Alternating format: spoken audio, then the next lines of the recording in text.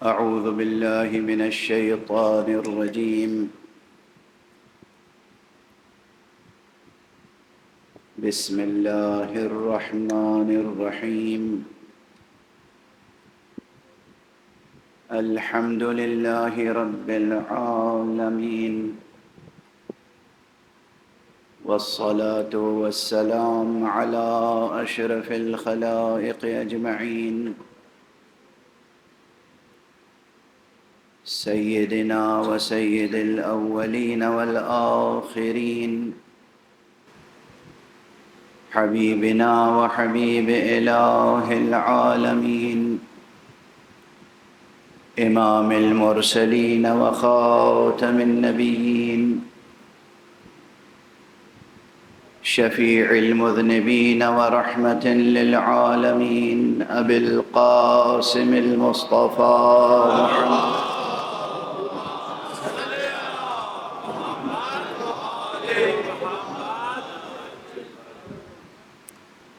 وعلى أهل بيته الطيبين الطاهرين الهداة المهديين المعصومين المظلومين، واللعنة الدائمة على أعداء الحق والدين. أما بعد، فقد قال الله تعالى عز اسمه في محكم كتابه ومتقن خطابه: بسم الله الرحمن الرحيم. هو الذي أنزل عليك الكتاب منه آيات محكمات هن أم الكتاب وأخر متشابهات. صدق الله العلي العظيم.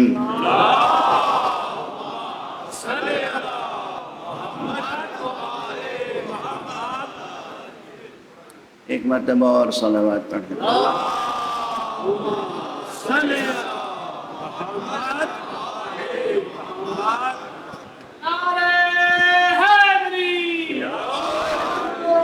محمد وآل محمد صلوات.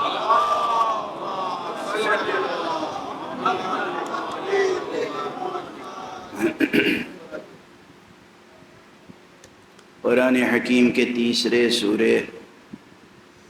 سورہ مبارکہ آل عمران کی 7ویں آیت، جو بجائے خود بہت محتم بالشان آیت ہے اور عظیم الشان مباحث علوم قرآن کی حامل ہے. آپ حضرات کے سامنے مسلسل تلاوت کر رہا ہوں، اور اس آیت کے ضمن میں جملہ مباحث کا عنوان جو اس سلسلہ مجالس میں ہے وہ ہے امام حسین اور حقائق تعویل. آپ حضرات کے اذہان معالیہ میں محفوظ ہوگا. میں نے کبھی عرض کیا تھا، اور یہ مطلب وہ ہے جو مکرر عرض کرنے سے تعلق رکھتا ہے. کچھ لوگ غافل ہو جاتے ہیں، کچھ سہو و نسیان میں مبتلا ہو جاتے ہیں، اور کچھ لوگوں کی عادت ہی یہ ہوتی ہے کہ بار بار سوال اٹھاتے ہیں، ہر چند کے جواب مل چکا ہوتا ہے. یہ ان لوگوں کی کیفیت ہوتی ہے جن کا دماغ تو سمجھ جاتا ہے، دل مطمئن نہیں ہوتا.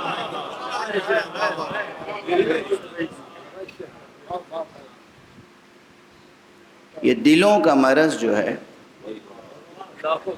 یہ مہلک ہے، مہلک، ہلاک کر دیتا ہے انسان. اور انسان ابھی متوجہ بھی نہیں ہے کہ ہلاکت کی کتنی قسمیں ہیں.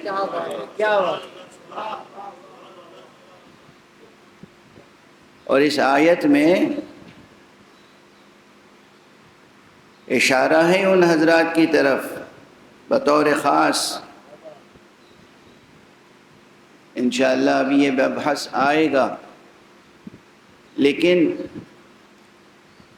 جو سوال اٹھتا ہے بار بار اور جس کا جواب میں اسی منبر سے پہلے دے چکا ہوں، اجمالاً مختصراً عرض کر رہا ہوں، پورے مبحث کو دہرانا مقصود نہیں ہے. ہمیں طعنہ دیا جاتا ہے کہ ہم اہل تأویل ہیں. ہم قرآن مجید کی تأویل کرتے ہیں، ہم آیتوں کی تأویل کرتے ہیں، یا تأویل، اور وہ بھی تأویل باطنی. کوئی ہمیں طعنہ دیتا ہے یہ سمجھ کر کہ گویا اس سے ہمارے دل مجروح ہوں گے، اور ہم مطمئن ہو جاتے ہیں اس لیے کہ قرآن مجید نازل ہی اس لیے ہوا ہے تاکہ ہم اس کی تأویل تک پہنچیں.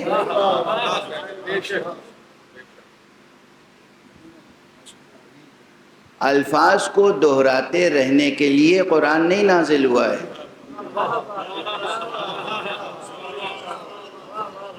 قرآن صرف اس لیے نہیں نازل ہوا ہے کہ آپ روزانہ مصحف مبارک کھولیں اور چند سطریں یا چند صفحے پڑھ لیں اور پھر اسے بند کر کے اور جزدان میں تہہ کر کے رکھ دیں اور آپ کے متن حیات سے اس کا کوئی تعلق نہ ہو.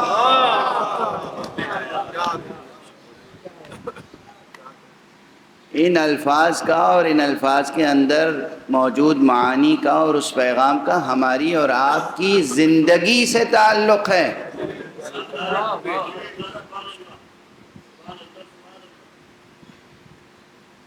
ابھی یہ اصطلاح عام نہیں ہوئی ہے جو میں نے کسی دن مثال کے طور پہ عرض کی تھی کہ ایک تو ٹرانسلیشن ہوتا ہے عربی کا اردو میں اور فارسی کا انگریزی میں اور اس طرح سے ایک زبان کا دوسری زبان میں، لیکن یہی لفظ ٹرانسلیشن اطلاق ہوتا ہے جب ڈی این اے اور آر این اے کے درمیان ایک مخصوص قسم کا جو ہے وہ عمل انجام پاتا ہے.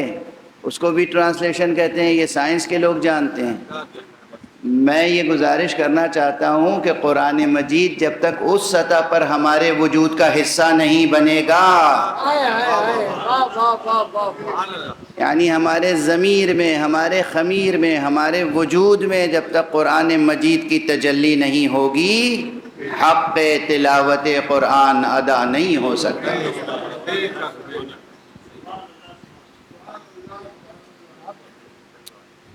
قرآن صرف تلاوت زبان سے کرنے کا نام تو نہیں ہے. صرف زبان سے آیت کو پڑھ دینے کا نام تلاوت نہیں ہے. آپ نے کبھی غور فرمایا ہے کہ عام کتابوں کو پڑھنے کے لیے تو لفظ تلاوت نہیں استعمال ہوتا؟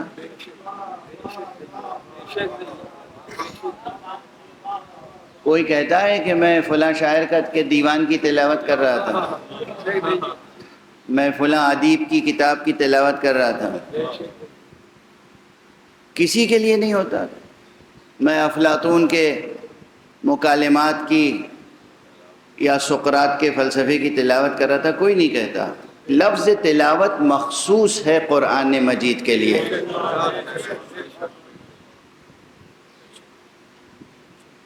یہ کیوں ہے ایسا؟ اس لیے کہ تلاوت صرف زبان سے الفاظ کو دہرا دینے کا نام نہیں ہے، وہ قرأت ہے. زبان سے الفاظ کو دہرا دینا قرأت ہے. پھر تلاوت کیا ہے؟ اب اسی تلاوت لفظ نکلا کہاں سے ہے؟ ماشاءاللہ حوزے کے افاضل تشریف فرما ہیں اور علوم قرآن اور علوم اسلامیہ میں کام کرنے والے موجود ہیں. عربی زبان میں یہ تلاوہ جو لفظ ہے یہ تلا یتلو سے ہے. تلا یتلو. اب اس تلا یتلو میں کیا معنی ہے؟ تیزی سے میں یہ بھی ایک متشابہ کو محکم بنانے کا مرحلہ ہے۔ تیزی سے میں عرض کروں، سورہ والشمس تو یاد ہوگا سب کو، اور نہ یاد ہو تو یاد کیجئے، بہت پربرکت سورہ ہے۔ سورہ والشمس میں کہا گیا بسم اللہ الرحمن الرحیم والشمس وضحاها والقمر اذا تلاها، یہ لفظ تلا آ گیا نا، والقمر اذا تلاها، یہ تلا یتلو وہی سیم روٹ ورڈ اور سیم ورب اور سیم ورب کی فارم ہیں۔ یہ تلا کے کیا معنی ہے؟ پروردگار فرما رہا ہے قسم ہے سورج کی اور اس کی پھیلی ہوئی روشنی کی، والشمس وضحاها والقمر اذا تلاها، اور اس چاند کی قسم جو اس سورج کے پیچھے پیچھے چلے۔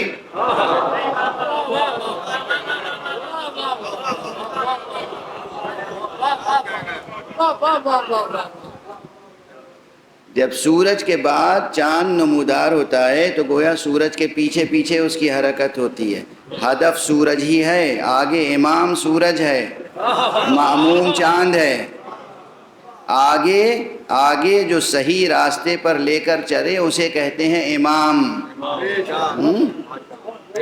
جو منزل تک پہنچائے اسے کہتے ہیں امام۔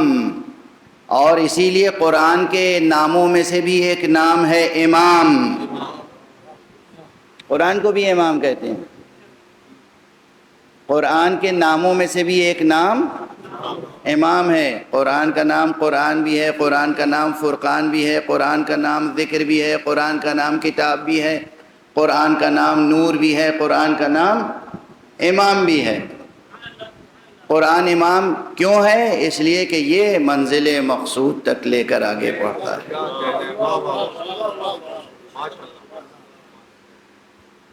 تو جب کوئی شے آگے چل رہی ہو اور مقصد تک لے جا رہی ہو تو اسے امام کہتے ہیں۔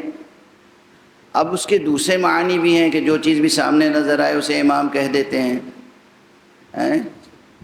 امام دوسرے میں کسی بھی راستے پر جہنم میں لے جانے والے بھی امام میں موجود ہیں، قرآنی میں یہ استعمالات موجود ہیں، اپنی طرف سے نہیں کہہ رہا ہوں، قرآن مجید کی آیتوں میں یہ استعمالات موجود ہیں۔ ائمۃ یہدون الی النار، ایسے بھی امام ہیں کہ جو ہدایت کرتے ہیں، یعنی راستہ دکھاتے ہیں کس کا؟ جہنم کا۔ تو کوئی بھی شے جو آگے چل رہی ہو اسے امام کہہ دیتے ہیں، لیکن لفظ امام کے اصلی معنی کی حرمت یہ ہے کہ اسے امام، جب لفظ امام کہتے ہیں تو اطلاق ہمیشہ مثبت معانی کے ساتھ ہوتا ہے، منفی معانی کے ساتھ نہیں ہوتا۔ تو وہ جو مثبت معانی ہیں اس میں یہی ہے کہ لفظ امام و مفہوم امام و مصداق امام کی ایک حرمت ہے، ایک عظمت ہے، اور سب سے پہلے ذہن میں یہ آتا ہے کہ جو امام ہوگا وہ انشاءاللہ بہشت میں لے جائے گا، جو امام ہوگا وہ حق کے راستے پر لے کے آگے بڑھے گا، جو امام ہوگا وہ اصلی منزل مقصود تک لے کر جائے گا۔ تو قرآن بھی امام ہے۔ یہ تو ایک الگ بات ہے، میں اس آیت کی وضاحت کر رہا تھا کہ سورج والشمس وضحاها، سورج کی قسم اور اس کی پھیلی ہوئی روشنی کی قسم، والقمر اذا تلاها، اور چاند کی قسم جب وہ اس سورج کے پیچھے پیچھے چلے۔ اس کے معنی یہ ہے کہ تلا یتلو کے معنی اصل میں ہے کسی حقیقت کے پیچھے پیچھے اپنے پورے وجود کے ساتھ سفر کرنا،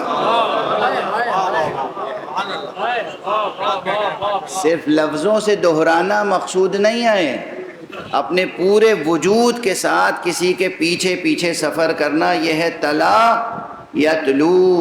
تو جب قرآن مجید سامنے ہو تو قرآن مجید کے مقاصد اور اہداف اور مضامین کے پیچھے پیچھے چلنا اپنے پورے وجود کے ساتھ، اگر یہ مفہوم موجود ہے تب تلاوت متحقق ہوگی۔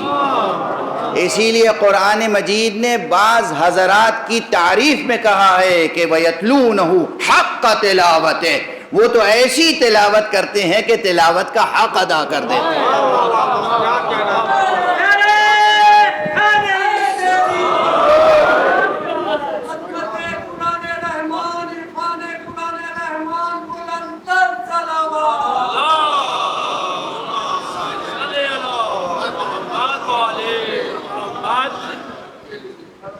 تو یہ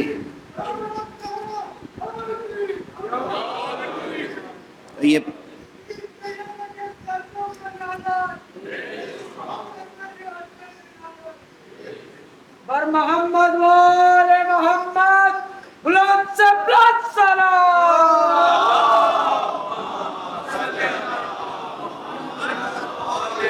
خوشنودیہ محمد وال محمد بلند ترین سلام۔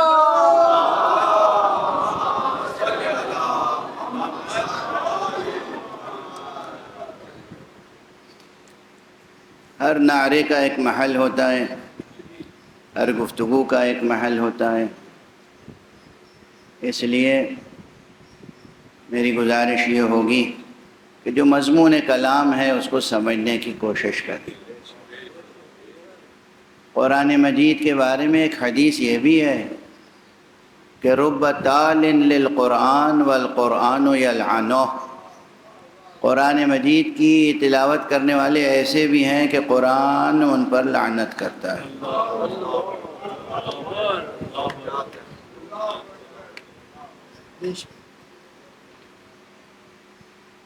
باخود باش، اپنی اپنی فکر کریں۔ ہم میں سے ہر ایک قرآن مجید سے وفادار ہو اور خطیب قرآن، خاتم النبیین، امام المرسلین محمد مصطفیٰ صلی اللہ علیہ وسلم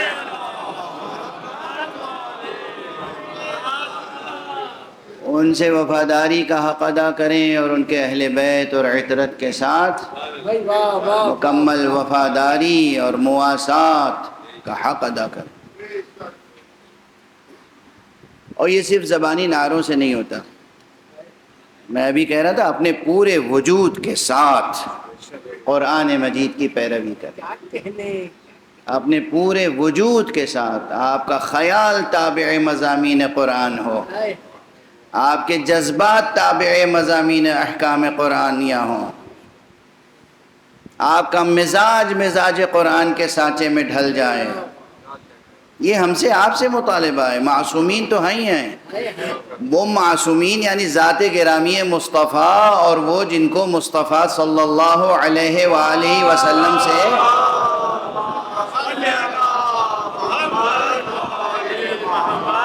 منیت کی نسبت ہے، وہ ارباب عصمت تو وہ ہیں کہ یہ خدا ہی بتائے گا کہ وہ قرآن کے سانچے میں ڈھلے ہیں یا اللہ نے قرآن کو ان کے سانچے میں ڈھالا ہے۔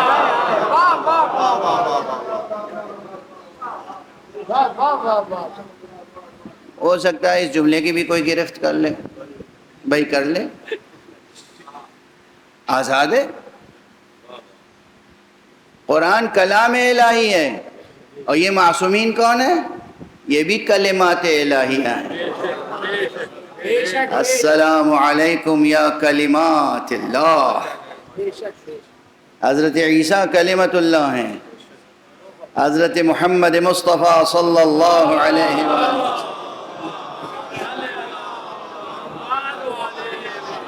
خود کلمت اللہ ہیں، امیر المومنین علی ابن ابی طالب علیہ السلام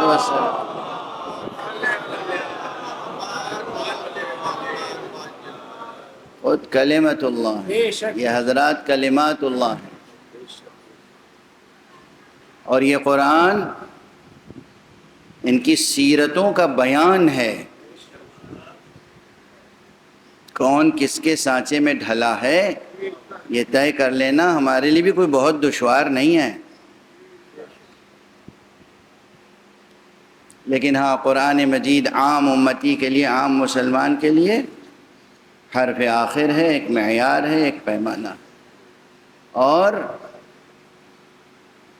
تمام امہ کے لیے بلکہ تمام انسانوں کے لیے ایک ایسا معیار و پیمانہ ہے کہ احادیث پیغمبر کے لیے بھی پیغمبر نے ارشاد فرمایا اور ائمہ اطہار نے اپنے اپنے ارشادات کے لیے ارشاد فرمایا کہ ہمارا جو بھی کلام تمہارے سامنے پیش کیا جائے، پیش کرنے والے تو بہت ہو سکتے ہیں، حضور نے کچھ فرمایا، کسی نے سنا، کچھ یاد رکھا، کچھ بیان کیا، کچھ، کیونکہ ہر ایک میں قدرت بیان بھی تو نہیں ہے، قدرت حافظہ بھی نہیں ہے، قدرت بیان بھی نہیں اتنی برابر۔ حضور نے کچھ ارشاد فرمایا، ذہن میں رہ گیا ایک مضمون، ہاں کچھ کہا تھا، کیا کہا تھا، ایک دھندلا سا مضمون ہے، اب اس دھندلے سے مضمون کو اپنی زبان میں ادا کر دیا کہیں کہ رسول اللہ نے یہ فرمایا تھا، تو یہ راوی جو بیان کر رہا ہے یہ وہ ہرگز نہیں ہے جو رسول اللہ نے فرمایا تھا۔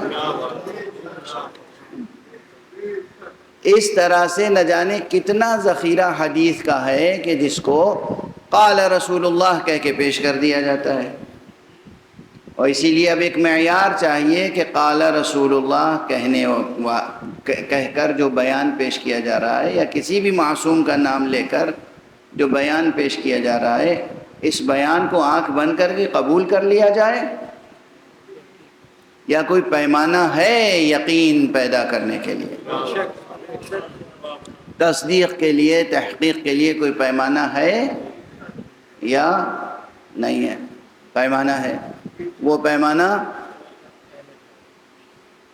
ایک پیمانہ تو عقل ہے، عقل، بڑی سنگین بحثیں ہیں یہ سب، اور دوسرا بہت سے عقل بیزار ایسے ہیں جو عقل کو کوئی حجیت دینے کو تیار نہیں، بہت یہ بحثیں ہیں کہ دین میں عقل کا دخل کتنا ہے، ارے دین آیا ہی ان کے لیے ہے جو صاحبان عقل ہوں، کیا دین دیوانوں کے لیے آیا ہے؟ دین مجنونوں کے لیے آیا ہے؟ وہ تو مکلف ہی نہیں ہے، جس کے پاس مرض ہے، مرض جنون، عقل نہیں ہے، وہ مکلف نہیں ہے، اس پہ نماز واجب نہیں ہے، روزہ واجب نہیں ہے، اس سے کوئی گناہ سرزد ہو جائے اس پہ حد ساقط ہو جاتی ہے، کس کو سزا دو گے؟ مجنون کو، دیوانے کو۔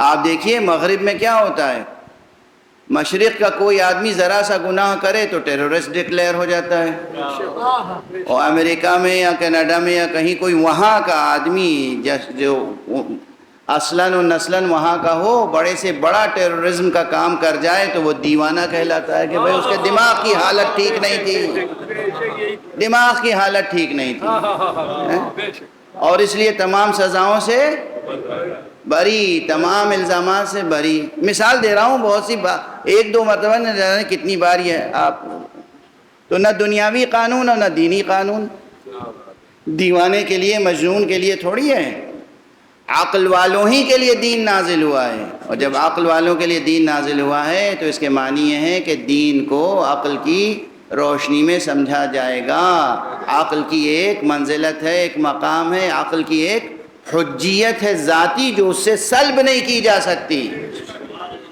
جس طرح علم کی ایک حجیت ہے ذاتی جو اس سے سلب نہیں کی جا سکتی، جس طرح حق کی ایک حجیت ہے ذاتی جو اس سے سلب نہیں کی جا سکتی، اسی طرح عقل کی ایک حجیت ہے ذاتی جو اس سے سلب نہیں کی جا سکتی۔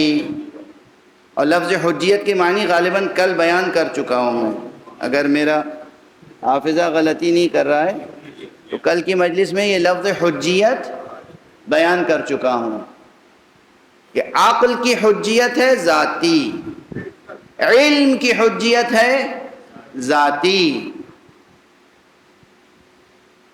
اور حق کی حجیت ہے ذاتی۔ بہرحال یہ تو مثال بات سے بات نکلتی ہے، شاخ در شاخ۔ عرض یہ کر رہا تھا کہ قرآن مجید کے تلاوت کے معنی کیا ہیں، اور جب تلاوت کے معنی ہے کہ ہم اپنے پورے وجود کے ساتھ قرآن مجید کی پیروی کریں تو ہمیں پورا قرآن مجید سمجھ میں آنا چاہیے، پھر ہم دیکھتے ہی ہیں کہ قرآن مجید کی کچھ آیتیں بہت آسانی سے سمجھ میں آ جاتی ہیں جنہیں محکمات کہا گیا، اور کچھ آیتیں وہ ہیں جو آسانی سے سمجھ میں نہیں آتی، انہیں متشابہات کہا گیا۔ جب بات آسان ہوتی اگر انسانوں نے یہ تقسیم کی ہوتی، پہلے وہیں سے بتا دیا گیا کہ اس میں کچھ آیتیں محکم ہیں اور کچھ آیتیں متشابہ ہیں۔ اللہ علیم ہے، عالم ہے، علیم ہے، اللہ حاکم بھی ہے اور حکیم ہے، وہ علیم، وہ حکیم، وہ لطیف، وہ خبیر، وہ سمیع، وہ بصیر۔ اس نے اگر خود ہی قرآن مجید کی آیتوں میں یہ دو اسلوب رکھے ہیں، کچھ کو محکم بنایا، کچھ کو متشابہ بنایا، تو یہ بے سبب نہیں ہے، اس میں حکمتیں ہیں۔ اور سب سے بڑی حکمت یہ ہے کہ خود اس محکم اور متشابہ کے امتیاز میں انسان مومن کے دل کی آزمائش ہے۔ جو محکم ہے یعنی تمہاری عقل میں آ گئی بات، اس کی تو پیروی کر رہے ہو۔ جو متشابہ ہے یعنی بظاہر تمہاری سمجھ میں نہیں آ رہی ہے بات، مگر ہے وہ قرآن میں، تو کیا اس پر عمل نہیں کرو گے؟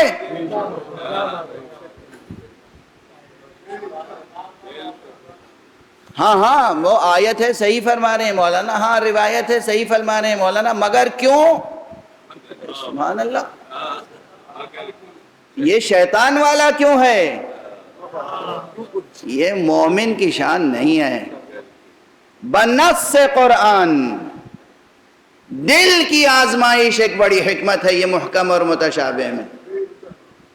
محکم اور متشابہ میں فَأَمَّا الَّذِينَ فِي قُلُوبِهِمْ زَيْغٌ فَيَتَّبِعُونَ مَا تَشَابَهَ مِنْهُ ابْتِغَاءَ الْفِتْنَةِ، اسی آیت میں ہے کہ مگر جن کے دلوں میں کجی ہے وہ بطور خاص متشابہات کے پیچھے جاتے ہیں۔ مقصد کیا ہے؟ فتنہ پروری، شرانگیزی، سازش، خدا اور رسول کی مخالفت کے بہانے ڈھونڈتے ہیں خدا ہی کے کلام سے۔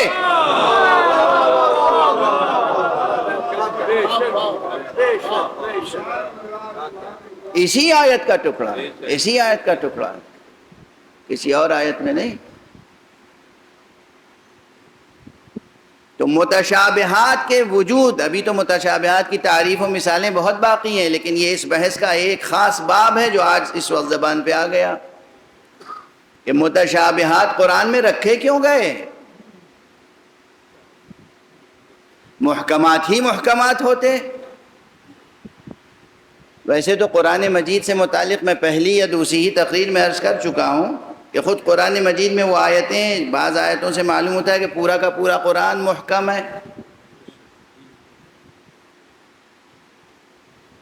غالباً سورہ مبارکہ ہود کا اثر نامہ ہے۔ بسم اللہ الرحمن الرحیم، الف لام را، کتاب احکمت آیاتہ ثم فصلت من لدن حکیم خبیر۔ یہ کتاب وہ ہے کہ جس کی تمام آیتیں محکم ہیں، یہ ایک جگہ بیان۔ دوسری جگہ اگر پھر میرا حافظہ غلطی نہیں کر رہا ہے تو سورہ مبارکہ زمر میں ہے، اللہ نزل احسن الحدیث کتابا متشابہا، اللہ نے نازل کی ہے یہ حدیث، یہ بہترین باتیں اللہ نے نازل کی ہیں ایک ایسی کتاب کی شکل میں کہ جو متشابہ ہے۔ اس کے معنی یہ ہے کہ پوری کی پوری کتاب متشابہ ہے۔ ایک جگہ فرمایا گیا پوری کی پوری کتاب محکم، ایک جگہ فرمایا گیا پوری کی پوری کتاب متشابہ، ایک جگہ فرمایا گیا کہ اس میں کچھ آیتیں محکم ہیں کچھ متشابہ۔ کیا یہ تناقض اور تضاد ہے؟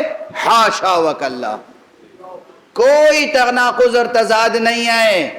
دیکھنا یہ کہ کہاں کون سا کلمہ کس سیاق و سباق میں استعمال ہوا ہے۔ یہ لفظ آب ہے نا، آب، لیکن نا ایسی مثالیں دیتا چلوں کہ جس سے آپ کا ادبی و عزائی ذوق بھی پروان چڑھتا رہے۔ اردو میں کلمہ استعمال ہوتا ہے فارسی الاصل ہے، فارسی میں آپ کہتے ہیں پانی کو، اور اردو میں بھی آپ کہتے ہیں پانی کو، لیکن آپ کے اور بھی معنی ہیں۔ آپ کا پہلا معنی، پہلا مصداق پانی ہے جو پیاس بجھاتا ہے، لیکن جب آپ کہتے ہیں آبرو، وہاں آپ کے کیا معنی ہے؟ جب آپ کسی نگینے کے لیے کہتے ہیں اس میں بڑی آب ہے، اب یہاں بڑا آب ہے نہیں کہتے، بڑی آب ہے، بڑی آب و تاب ہے۔ اگر پانی پینے والے پانی کے معنی میں ہے کلمہ آب تو وہ مذکر استعمال ہوگا، تذکیر کے ساتھ استعمال ہوگا۔ اگر نگینے کی چمک کے معنی میں ہے تو وہ مؤنث استعمال ہوگا۔ کسی کی پیاس میں کام آیا تھا عقیق کبھی، کسی کی پیاس میں کام آیا تھا عقیق کبھی، ملی ہے آب اسی روز سے نگینوں کو۔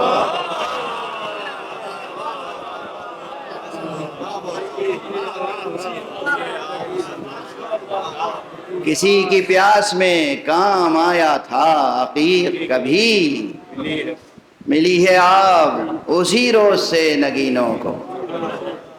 تو اب یہاں لفظ آب جو ہے وہ ظاہر ایک خاص معنی میں استعمال ہوا، تو وہ جہاں کہا گیا الف لام را کتاب احکمت آیاتہ ثم فصلت، وہ ایک خاص زاویہ نظر سے بات کہی گئی ہے اور وہ اپنی جگہ بالکل درست ہے۔ وہ جہاں کہا گیا اللہ الذی، اللہ نزل احسن الحدیث، احسن الحدیث کتابا متشابہا، وہاں متشابہ ایک خاص زاویے سے بیان کیا گیا۔ اور یہ جو گفتگو ہے هو الذی انزل علیک الکتاب منہ آیات محکمات ہن ام الکتاب واخر متشابہات، یہ الگ ایک زاویے سے گفتگو ہے۔ کہیں قرآن مجید میں کوئی تضاد اور تناقض نہیں ہے۔ اب جو آیتیں متشابہ ہیں ان کے بہت سے اسرار ہیں، مگر ایک سر الاسرار یہ بھی ہے کہ انسان کے دل کی آزمائش ہے، اس کے ایمان کی آزمائش ہے۔ اسی لیے ذیل آیت میں کیا کہا گیا؟ ذیل آیت میں آیت کے اختتام پر کہا گیا کہ وَمَا يَعْلَمُ تَأْوِيلَهُ إِلَّا اللَّهُ وَالرَّاسِخُونَ فِي الْعِلْمِ يَقُولُونَ آمَنَّا بِهِ كُلٌّ مِّنْ عِنْدِ رَبِّنَا، اور اس کی تعویل نہیں جانتا مگر پروردگار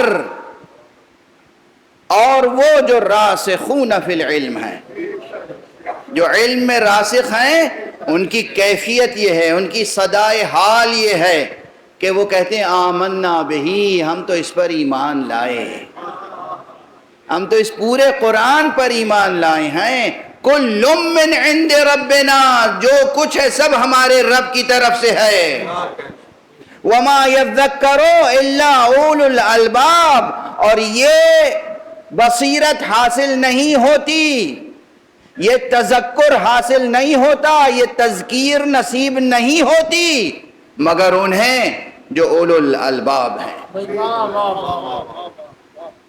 خود یہ آیت جو ہے یہ صرف ایک نظریاتی مبحث نہیں ہے، نظریات کے ساتھ عملی اور عرفانی اور آزمائشی مضمون ہے۔ یہ بحث اس لیے نہیں چھیڑ دی میں نے، ایک تو یہ ہے کہ ہاں بہت سے لوگ ایسے ہیں جو تفسیر و تعویل میں کام کر رہے ہیں، ان کے لیے بھی توجہ دلانے کے لیے کچھ نکات ہیں۔ دیکھیے ہم میں سے ہر ایک، ہمارے ایمان و عمل کا سانچہ کیا ہے؟ جو بات سمجھ میں آ جائے، ہماری سمجھ میں آ جائے، اس پر عمل کریں گے، اور جو بات ہماری سمجھ میں نہ آئے اس پر آپ بحث کرتے رہیں گے۔ کیوں؟ یہ کیوں شیطانی کیوں ہے؟ شیطان کا دماغ مطمئن تھا جب اللہ نے حکم دیا تھا کہ آدم کے سامنے سجدہ کرو، دماغ شیطان کا مطمئن تھا، دل ٹیڑھا تھا، دل ٹیڑھا تھا۔ یہ پورے قرآن مجید میں دیکھیے بہت سی جگہوں پر کہیں کسی مرد کے لیے دل کے ٹیڑھے ہونے کا تذکرہ ہے، کہیں کسی خاتون کے لیے دل کے ٹیڑھے ہونے کا تذکرہ ہے۔ یہ دل کا معاملہ بہت نازک ہے، آپس میں بھی دل کا معاملہ نازک ہوتا ہے، خدا کے ساتھ بھی دل کا معاملہ نازک ہے۔ دل کی تربیت بہت بڑی چیز ہے، اور خاص طور سے یہ مجالس عزائے سید الشہداء، یہ مدرسہ حسینی، یہ مکتب حسینی دل کی تربیت کے لیے ہے۔ دل اور دل کی دل سوزی، دل سخت نہ ہو جائے۔ اللہ نے اگر کسی کو نعمتیں دی ہیں تو جو غریب ہیں، جو مزدور ہیں، جو نادار ہیں، جو مفلس ہیں، وہ آپ کی نگاہ میں حقیر نہ ہو جائیں اور ان کے لیے آپ کا دل سخت نہ ہو جائے۔ خدا جس جنس کو خریدتا ہے وہ دل سوزی ہے، ہمدردی ہے، مواسات ہے۔ فقیروں کی عزت کرنا سیکھو۔ حکم دیا گیا ہے جب صدقہ دو، امام کی سیرت ہے، امام کی سیرت ہے، معصوم کی سیرت ہے، اپنے کیسے سے نکال کے کسی فقیر کے ہاتھ پر رکھتے تھے سکہ، اور پھر اسے اٹھا کے بوسہ دیتے تھے، پھر رکھ دیتے تھے۔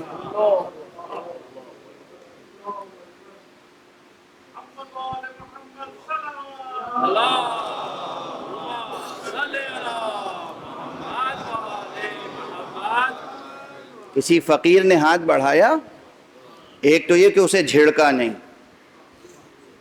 وَأَمَّا السَّائِلَ، قرآن کی آیت پڑھ رہا ہوں، وَأَمَّا السَّائِلَ فَلَا تَنْهَرْ، تم سے کوئی سوال کرے تو اسے دھتکارو نہیں، کوئی سوال کرے تو دھتکارو نہیں، زجر و توبیخ نہ کرو، احترام کرو اس کا، احترام کرو اس کا۔ تمہیں کیا معلوم کہ تمہارے سامنے ہاتھ پھیلانے والا خدا کا کون ولی اللہ ہے جو تمہاری آزمائش کے لیے آیا ہے، تمہاری آزمائش کے لیے آیا ہے۔ یہ سڑک پر چلتے ہوئے بھکاری، یہ جی ہاں ان کا گینگ ہوتا ہے، جی ہاں ان کا ایک کاروبار ہے، جی ہاں ان کا سب کچھ ہے، ہوگا۔ آپ کا بھی کاروبار ہے نا؟ 5 روپیہ دینے سے فقیر تو نہیں ہو جائیں گے، مفلس تو نہیں ہو جائیں گے، اجڑ تو نہیں جائے گی آپ کی سرکار۔ ناداروں کا، مفلسوں کا، فقیروں کا احترام کرو، دل میں سختی پیدا نہ ہو۔ دل سوزی کا خریدار پروردگار ہے۔ مولا امیر المؤمنین علی ابن ابی طالب علیہ السلام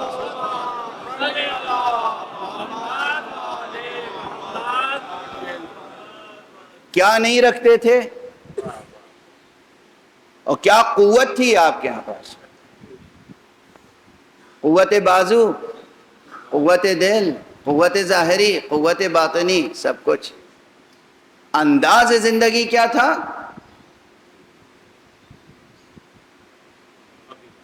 رسول امیر المومنین سے پہلے خود رسول اللہ صلی اللہ علیہ وسلم،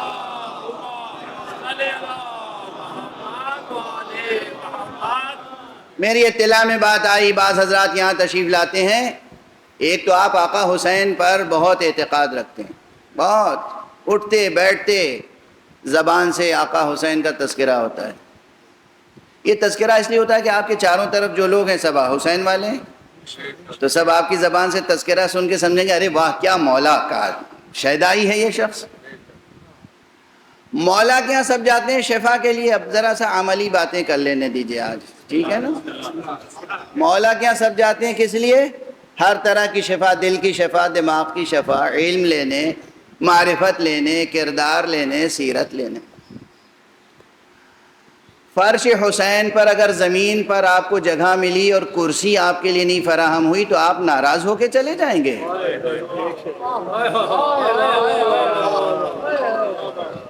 یہ عزادار کی شان اس مجمع میں میں نے دیکھا ہے اپنی آنکھوں سے، سڑک پر کنارے ایسی جگہوں پر ایک رومال بچھا کے بیٹھ جاتا ہے ایک بڑا افسر، بڑا سرمایہ دار انسان بیٹھ جاتا ہے. کیوں؟ یہاں اپنی شان دکھانے کے لیے تھوڑی آیا ہے.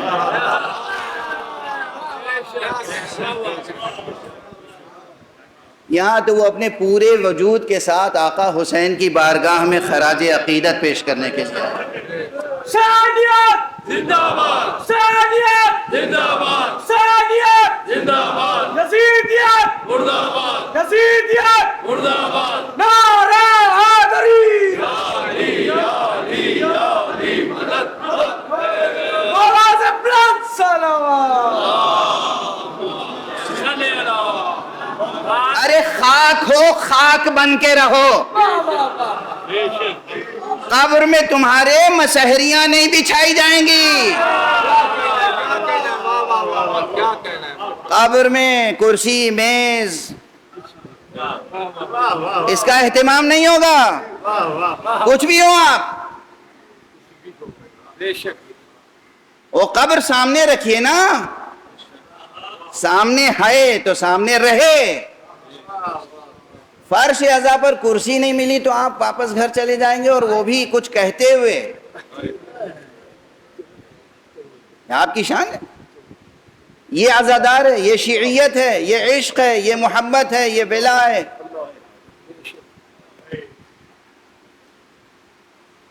مجھے آپ مہمان کی حیثیت سے عزت دیتے ہیں، پروٹوکول دیتے ہیں. میں نے کبھی فرمائش نہیں کی ہے، یہ آپ کے مسائل ہیں. میں جانتا ہوں کہ میں صرف خادم امام حسین ہوں بس.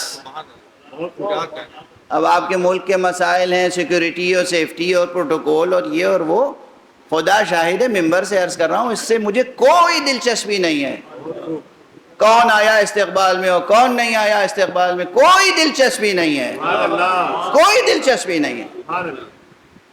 میں اندر سے باہر تک خدا کا شکر ہے کہ فقیر ہوں. جب میں کہتا ہوں یہ فقیر تو میں فقیر ہوں، مگر آپ کا فقیر نہیں ہوں، حسین کا فقیر.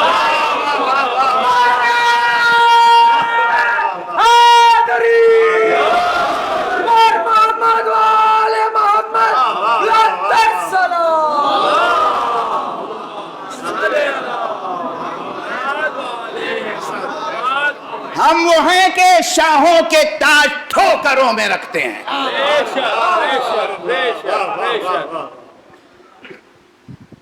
لفظاً نہیں عملاً، لفظاً نہیں عملاً. ارے ہمارے بزرگ جو عرفاء ہیں وہ تو اپنی جگہ، یہ میں اس فقیر اپنی بات کر رہا. آپ کو ہماری معلوم نہیں ہے ہماری سوانح عمری میں کیا کیا نشیب و فراز آئے.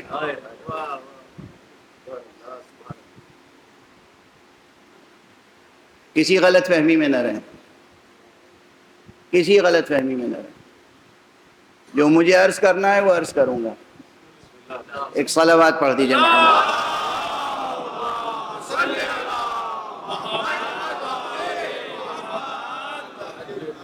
حق سبحانہ و تعالیٰ کے ہاں جو چیز خریدی جائے گی وہ آپ کا اخلاص نیت ہے.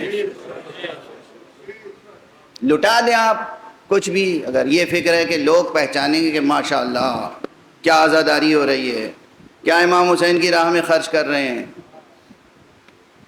کتنا خرچ کر رہے ہیں، کتنا اہتمام کر رہے ہیں. حدیث ہے معصوم کی کہ روز محشر اللہ کے سامنے بلایا جائے گا کچھ لوگوں کو، اس میں کچھ علماء آئیں گے. کیا کیا ہمارے لیے، کیا لائے، جنس ہمارے لیے کیا ہے. ہم نے کتابیں لکھی دین کی نشر و اشاعت کے لیے. کہاں کتابیں لکھی تو دین کی نشر و اشاعت کے لیے، مگر وہ ایک نیت یہ بھی تھی آپ کی کہ کتابیں لکھیں گے تو معلوم ہوگا معاصرین میں کہ ان کی کتابیں اتنی زیادہ ہیں، بڑے عالم ہیں، شہرت ہوئی، یہ ہوا وہ ہوا. تو وہ تو ہو گئی، شہرت تو ہو گئی تھی آپ کی، تو جو نیت تھی وہ حاصل ہو گیا. پھر مجھ سے کیا چاہیے، جائیے جہنم میں. فرشتوں کو ہوگا انہیں جہنم میں لے جاؤ، جہنم میں لے جاؤ، کیوں؟ جو چیز طلب تھی وہ مل چکی، یہ کوئی ظلم نہیں ہے، کوئی ناانصافی نہیں ہے۔ طلب کیا تھی؟ شہرت، شہرت مل گئی، اب کیا چاہیے؟ معاصرین میں آپ کو علامہ کہا گیا نا، بس یہی تو چاہتے تھے، علامہ کہلائیں، علامہ کہا گیا، اب خدا سے کیا چاہیے؟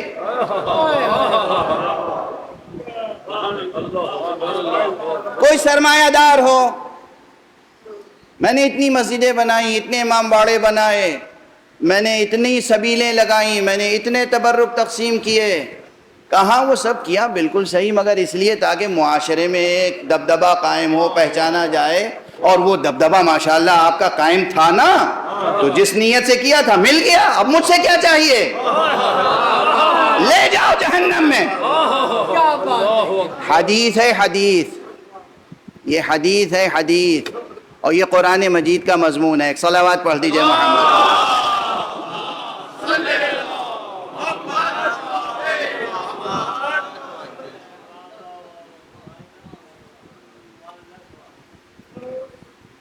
اللہ کے ہاں جو چیز طلب ہے وہ دل سوزی ہے، دل سوزی، دلوں کی نرمی، اخلاص نیت، صرف اور صرف اور صرف اور صرف اور صرف خدا کی خاطر جو عمل کیا جائے وہ ہے مقبول بارگاہ خدا۔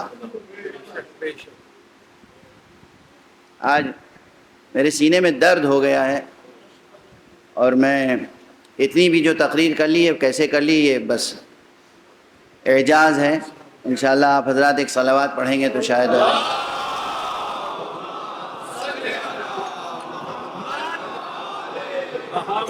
نعرہ تکبیر، نعرہ تکبیر، نعرہ رسالت، نعرہ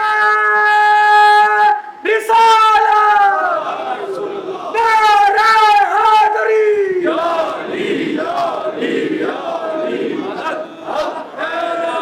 قبلہ کی صحت و سلامتی کے لیے اور تمام عزاداران مظلوم کی صحت و سلامتی کے لیے بآواز بلند صلوات۔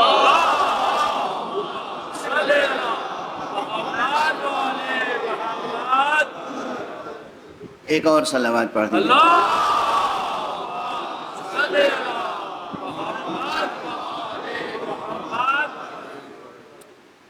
بہرحال گفتگو کو مربوط رکھیے گا ذہنوں میں، یہ سب عملی بحثیں اسی آیت کے ضمن بھی ہیں، کیونکہ دلوں کی کجی سے بچنا ہے۔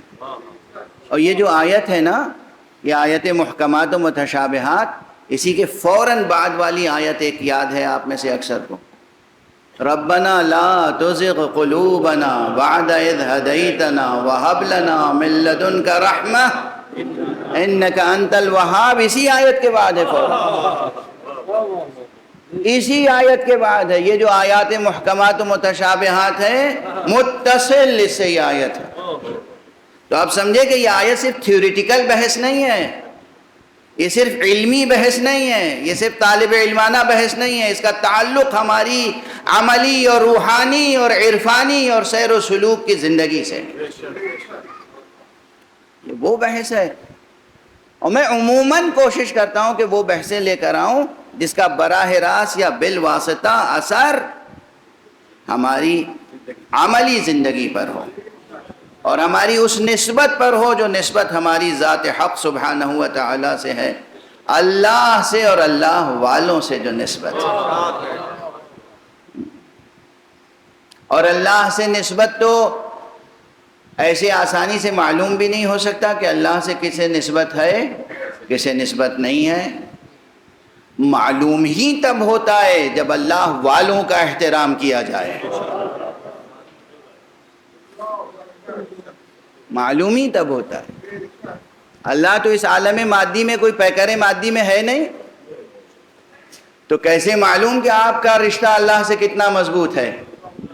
اللہ کے نام پہ کوئی آپ کے سامنے ہاتھ پھیلا دے، یہ دیکھتے ہوئے کہ یہ جھوٹ بھی بول سکتا ہے، یہ فریب بھی کر سکتا ہے، یہ دھوکہ بھی دے سکتا ہے، مگر اس آپ نظر اوپر اٹھائیے، اے اللہ تیرا نام لے کے مانگ رہا ہے، کیسے میں توہین کروں تیرے نام کی؟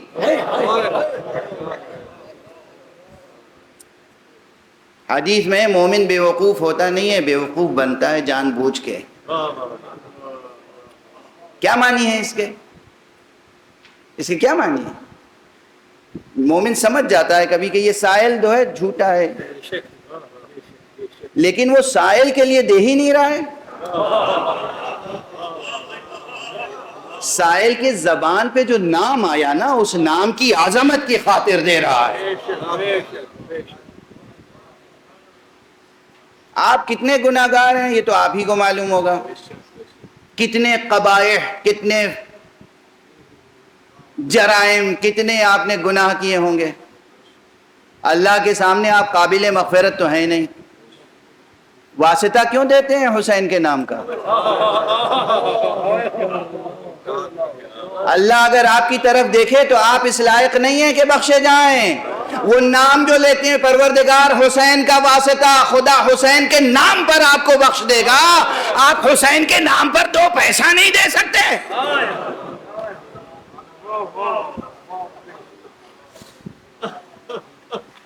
فلسفے بگھارتے ہیں اقتصادیات کے اور سماجیات کے اور سیاسیات کے۔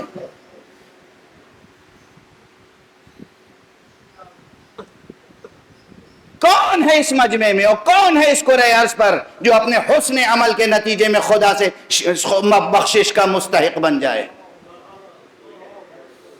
کون ہے؟ ذرا دکھائے تو، اپنا نام تو بتائے مجھے کہ ہم اپنے علم، اپنے عمل، اپنے تقوی کی بنیاد پر خدا سے مغفرت پا لیں گے۔ ہمیں ضرورت نہیں ہے محمد کی، ہمیں ضرورت نہیں ہے آل محمد کی، دکھائے تو ذرا صحیح، تو ہم بھی اس کے کردار کا پوسٹ مارٹم کریں، ہم بھی وہ نظر رکھتے ہیں کہ بتا دیں گے کہ آپ ہیں کیا۔ خاموش رہتے ہیں تو اس کے یہ معنی نہیں ہے کہ ہم آپ کی باطنی صورت نہیں پہچانتے۔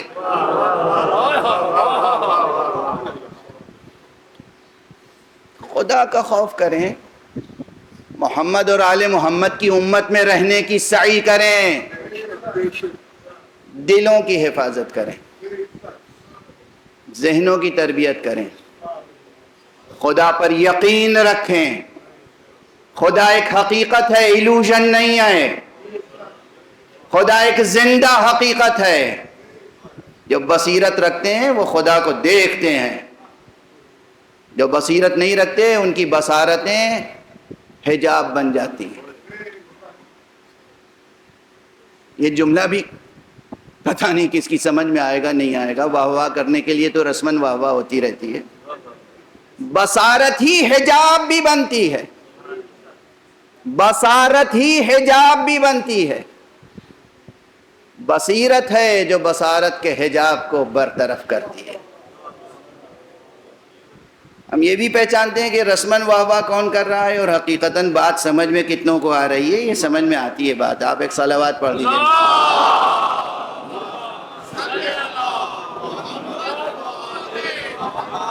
ایک اور صلوات پڑھ دیجئے۔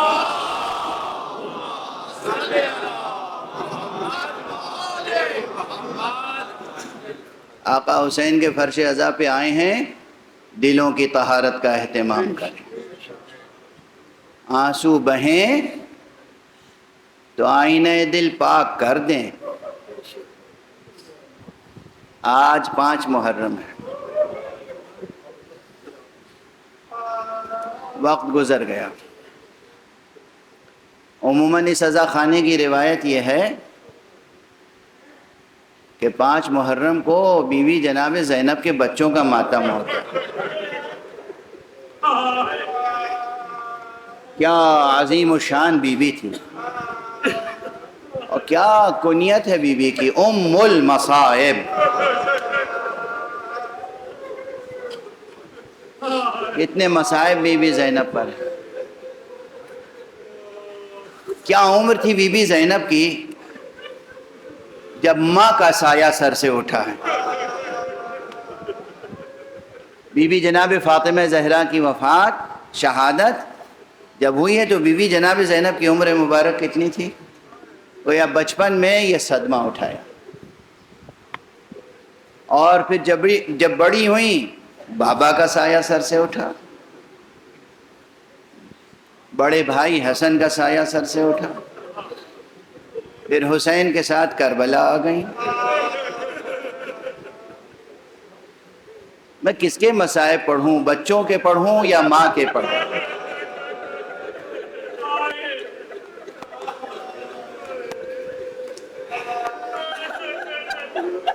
اجرکم علی اللہ، اجرکم علی اللہ، اجرکم علی اللہ۔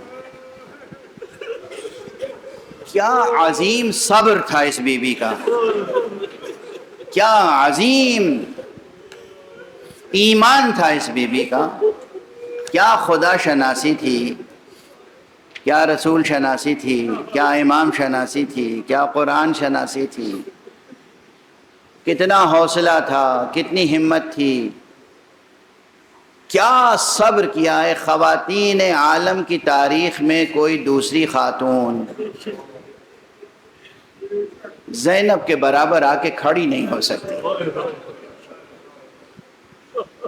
ہاں بہت سی خواتین گزری ہیں، مجھے اگر یاد آ جائے، پورا بند تو شاید نہ یاد آئے، مگر دو تین مصرے بکھرے ہوئے یاد آ جائیں۔ حضرت علامہ جمیل مظہری مرحوم و مغفور، پروردگار ان کی مغفرت فرمائے، انہوں نے اپنے ایک مرثیے میں جناب ہاجرہ اور جناب زینب کا تذکرہ کیا ہے، اور فرمایا ہے کہ شرط انصاف ہے خالق افکار جمیل، ایک طرف اون و محمد، اس طرف اون و محمد ہیں، ادھر اسماعیل، اور پھر بیت ہے اس بند کی، فرما گئے ہیں کہ قتل فرزند پا راضی با ارادات و نہ تھیں، ارے ہاجرہ صبر میں زینب سے زیادات ہو۔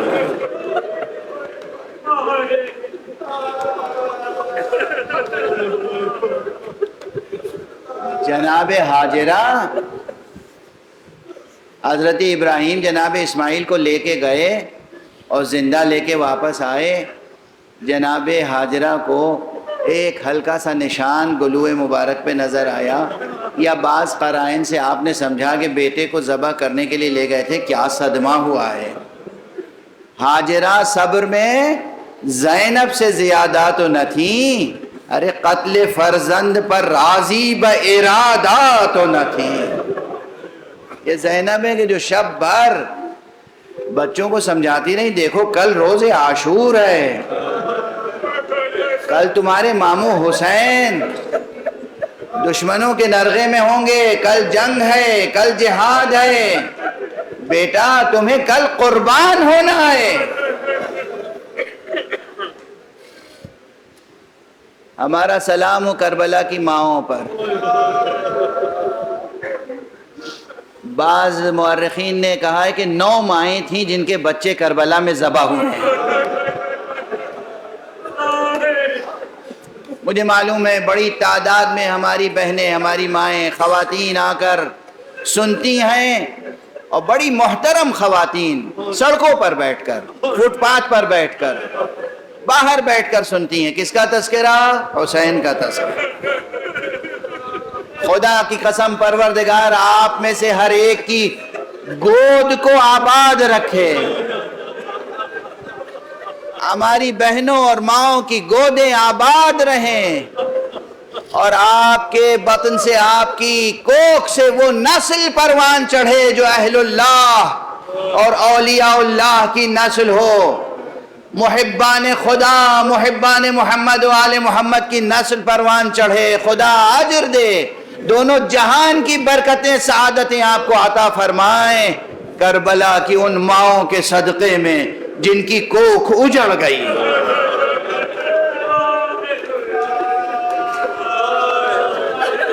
اور زینب کی شان تو یہ تھی کہ زینب صرف اون و محمد کی ماں نہیں تھی، روحانی اعتبار سے زینب جتنے بچے شہید ہوئے سب کے لیے ماں کا رتبہ رکھتی تھیں۔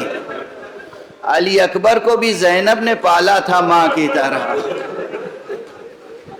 قاسم اور قاسم کے چھوٹے بھائی عبداللہ کو بھی زینب نے پالا تھا ماں کی طرح، اس لیے کہ امام حسن مجتبیٰ کی جب شہادت ہوئی ہے تو یہ بچے بہت چھوٹے تھے۔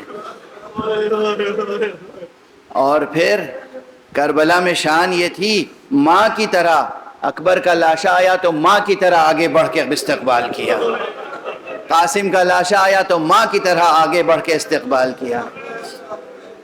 لیکن یہ بھی تاریخ ہے روایتوں میں کہ جب اون و محمد کے لاشیں آئے، آقا حسین کو پوچھنا پڑا میری بہن زینب کہاں ہے؟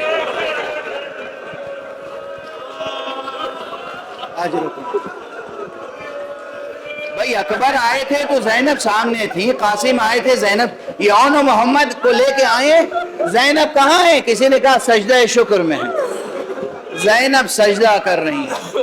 آقا حسین نے بچوں کو زمین پہ لٹایا، ایک طرف اون ایک طرف محمد، درمیان میں خود لیٹ گئے، کبھی داہنی طرف مڑے اون کو پیار کیا، کبھی بائیں طرف مڑے محمد کو پیار کیا، پیشانی پہ پیار، رخسار پر پیار، سینے پر پیار۔ بچوں تم نے حق وفا ادا کر دیا،